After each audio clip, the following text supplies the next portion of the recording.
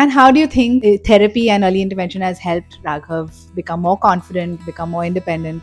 So we started Raghav's therapy. I think I went to Umeed, where you were the head of early intervention there, and at 3 months, and they told us, so this is what we are supposed to do.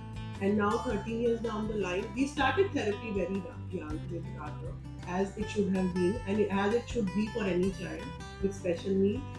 It kind of helps you to reach your milestones, if not at the right time, but closer to what the right time should be for your child, and it helps the child cope up better socially, school, everywhere. Obviously, it brings a different kind of confidence within the child. When I see my son, I know he's capable. He has no inhibitions. He's absolutely, bindas. Like, उसे कोई फर्क नहीं पड़ता है.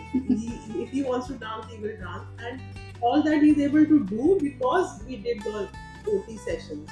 For us, Little Joy's OT was almost like a second home till last year.